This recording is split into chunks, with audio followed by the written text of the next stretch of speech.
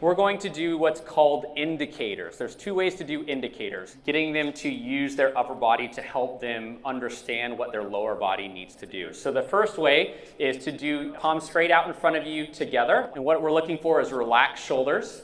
The other thing is making a Y. What's going to happen is if their hips are under rotating, all right, their indicators are going to start flexing to the sides. For them to keep their indicators flat to the front, then they're going to have to adjust their hips. Now, the Y is really nice because it forces them to do the hips, but it adds some tension to the shoulders. So there's times to do this. So go ahead and do palms flat to the front now. Palms flat to the front. If they're not doing correct slides, what'll happen is their hands will separate and you'll start seeing elbow bend. So it's a good indicator of, are they rotating the hips appropriately? If the goal is to clean drill, is to get the instrument out of their hands and let them to totally focus on that.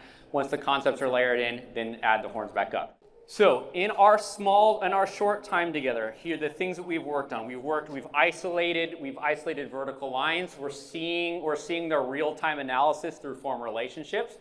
All right, we've identified key areas by stripping away layers that we know that we're going to need to keep an eye on, which allows us to kind of not ignore the rest, but gives us very intentional instructional views for that. All right. Then we've broken down the long curvilinear in time and space. So we're checking for that.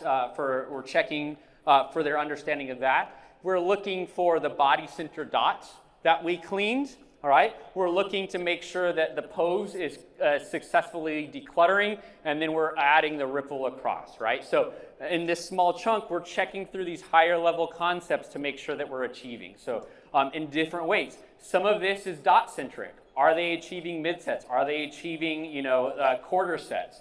Some of it is form.